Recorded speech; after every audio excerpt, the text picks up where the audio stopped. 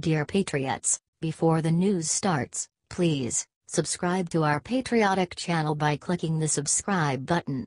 Give us a thumbs up to this video. Don't forget to leave your opinion below in the comments section. Share the news on Facebook and Twitter so your friends see it. Thank you. Trump to launch major donor initiative after disastrous week. Donald Trump is wrapping up the most chaotic week of his presidency by rolling out a major new donor push, one of his most serious steps yet to prepare for a 2020 re-election campaign. Trump will appear before big GOP givers at his Mar-a-Lago resort on Saturday for the launch of a fundraising initiative that mimics the famed George W. Bush Pioneer Program, according to three senior Republicans familiar with the plans. As with Bush, the president will reward donors who've bundled thousands of dollars in contributions, giving them an entree to exclusive dinners, political briefings, and future retreats. Under the plan, which is intended to provide a fundraising infrastructure that was lacking from Trump's 2016 campaign, donors who raise $25,000 will join the Trump train and those who bundle $45,000 will be part of the 45 Club. The program, which will jointly benefit Trump's campaign and the Republican National Committee, will introduce higher class levels for larger dollar amounts in the future. Funds raised will also go toward the party's 2018 efforts. The fundraiser, one of several big donor events Trump will host this weekend at Mar-a-Lago, shows how Trump is slowly building a 2020 campaign apparatus even as he endures the most tumultuous stretch of his presidency. While top advisors bolt the White House and a special counsel zeroes in on the president's ties to Russia, Trump is tapping a new campaign manager, taking steps to fend off would-be primary challengers, and lining up travel to critical 2020 states. He has told friends privately that he wants to raise a massive amount of money in the months to come. Plans for the bundling program have been in the works for weeks. Just because the Democrats and many in the media refuse to get over 2016 doesn't mean President Trump should take his focus off 2020, said Jason Miller, a former senior Trump campaign aide who remains in touch with the president. It's important that President Trump continue to lay the groundwork for a strong re-election campaign because he's not going to be able to drain the swamp overnight. Trump took a major step toward the next election this week when he named Brad Parscale, his 2016 digital director, as his campaign manager. Since 2016, Parscale has taken the lead in overseeing the president's outside political operation and frequently visited the White House and Trump's getaway residences to offer him electoral advice. The 42-year-old Parscale, who recently moved from San Antonio to South Florida to be closer to the president and his inner circle, has been particularly focused on bolstering Trump's network of online supporters. Trump's financial backers will hear from Parscale this weekend at a Republican National Committee donor retreat at the Four Seasons Resort in Palm Beach, Florida. The event is expected to draw a number of big donors, including sugar baron Jose Van Jewel, venture capitalist Elliot Berwoody, and lobbyist Brian Ballard. Parscale is particularly close with Trump's son-in-law Jared Kushner, and within the administration his appointment was widely perceived as an effort on the part of Kushner, who is under increasing scrutiny over his financial entanglements, to leave his imprint on the developing re-election campaign. Two White House aides and two others close to the president said they interpreted it as an effort to block former Trump campaign manager Corey Lewandowski, who feuded with Kushner during the 2016 campaign but who remains close with the president, from getting the top 2020 post. During a Wednesday morning White House staff meeting, Kushner addressed the hire and outlined Parscale's background, said one person present. At a time when his approval rating has plummeted to the low 40s, Trump is taking steps to ward off would-be primary challengers. Last month, his campaign committee printed glossy, 10-page pamphlets outlining Trump's accomplishments during his first year in office and delivered them to local GOP meetings in Iowa, home of the first-in-the-nation caucuses. The slickly produced pamphlets, which included topics like protecting life, ending job-killing regulations, and making government accountable, were designed to reach the Republican activists who are most involved in party affairs and likely to participate in the caucuses 2 years from now. The pamphlets help keep Trump in the game, so to speak, until the 2020 campaign begins in earnest, said Karen Fessler, an influential conservative activist in the state. Pointing out 2 years ahead of time what the president and his team have accomplished makes sure that caucus voters know that. The White House has been monitoring potential Republican challengers, including 3 outspoken Trump detractors: Ohio Governor John Kasich, Nebraska Senator Ben Sasse, and Arizona Senator Jeff Flake. Sasse blasted Trump repeatedly the past week over trade and guns. And Flake sparked a flurry of speculation about his political intentions when he announced a March 16 speech in New Hampshire. To some, the Parscale announcement was designed to send a loud message to would-be Republican opponents.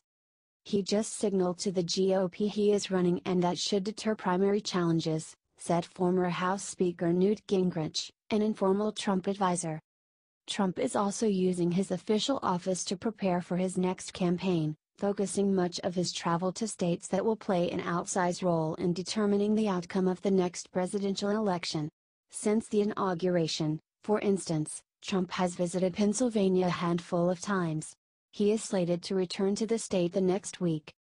The state is so important to the president's team that last month they quietly dispatched White House Deputy Chief of Staff Rick Dearborn to Harrisburg to keynote a Pennsylvania GOP dinner.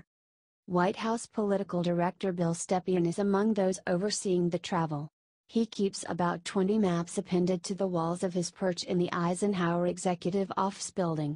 Last month, when Trump's team was looking to stage an event focused on selling the recently passed tax reform bill, they chose the all-important electoral state of Ohio.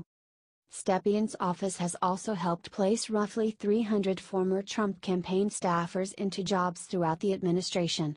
By keeping the staffers re-engaged after the 2016 race, administration officials hope they'll be easily able to transition to a re-election campaign. In a brief interview, Stepien, himself a former top Trump campaign staffer, said that as Trump's most urgent priority is following through on the promises he made in the last campaign, not the next one. It's clear that by successfully working to pass his agenda there are tremendous results in political value, he said.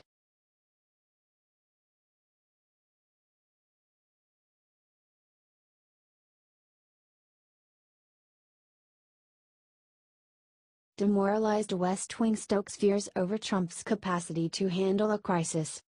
Chaos here, backlash there, shock everywhere. And in Washington and around the globe another gasping chorus of WTF commentary: reckless, not normal, reality show run amok. And so on, etc., for the 100th and can't remember time of the Trump era. But there is something different about this week's spasm of sudden policy lurches, graceless personal insults, oozing scandal news, and ceaseless West Wing knife fights.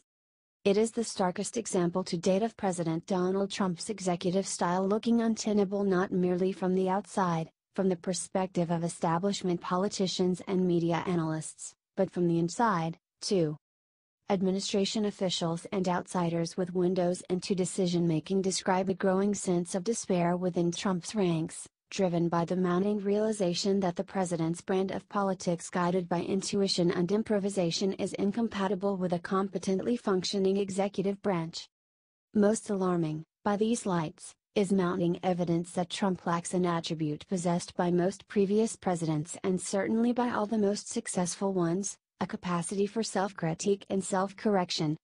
Most of this week's White House furors, the president's zigzag comments on gun control, an announcement on steel tariffs that caught his own economic team by surprise and sent the Dow plunging, his ongoing battle with his attorney general, and reports that foreign governments were scheming to exploit the inexperience and financial vulnerabilities of son-in-law Jared Kushner, were generated from within.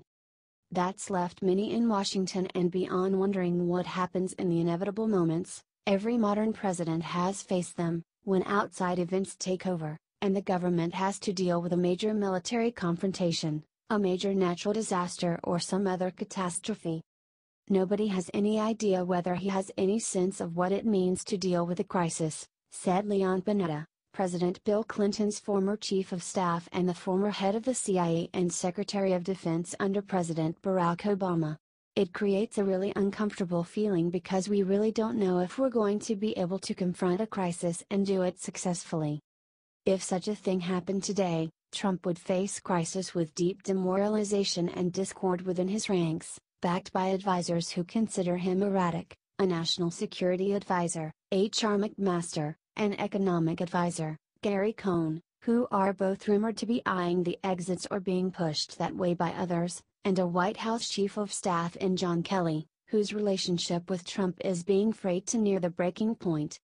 All three of these men were once described as steadying forces for a president who likes to wing it on instinct. But all three are described by administration officials as wondering whether Trump is impervious to discipline.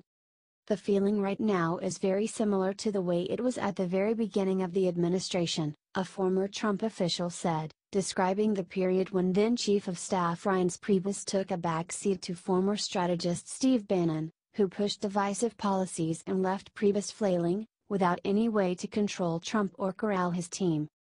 But Kelly, once hailed as a tough-minded rule-maker, is not proving to be more effective at channeling the power of the executive in any more productive way.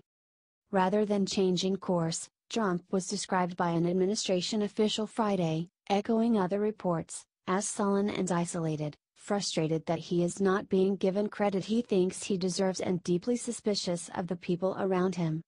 Increasingly, that suspicion is justified, as people close to Trump second-guess his judgment and his capacity to do his job.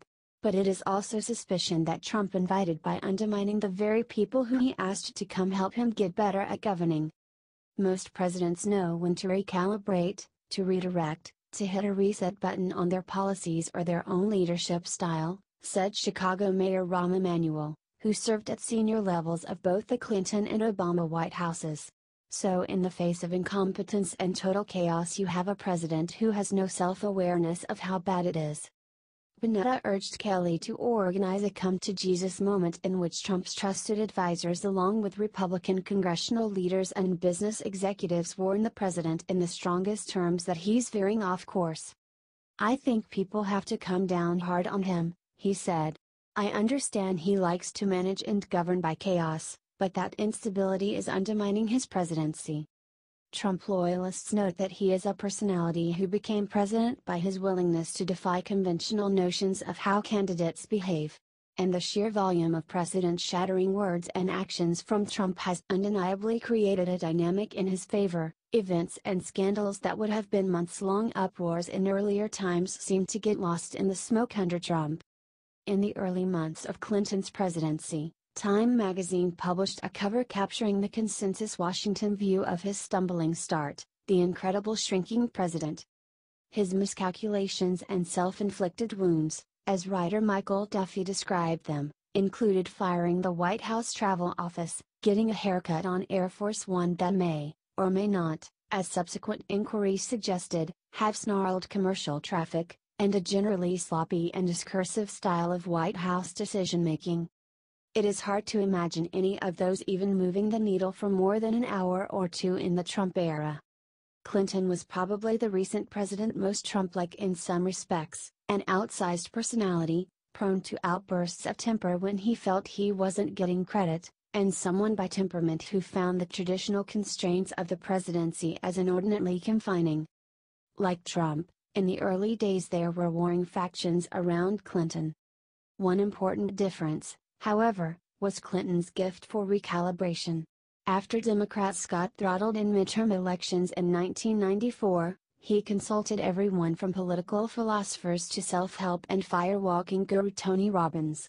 Though Clinton's personal indiscipline led to sexual scandal, he always prevailed through setbacks with a high degree of political discipline.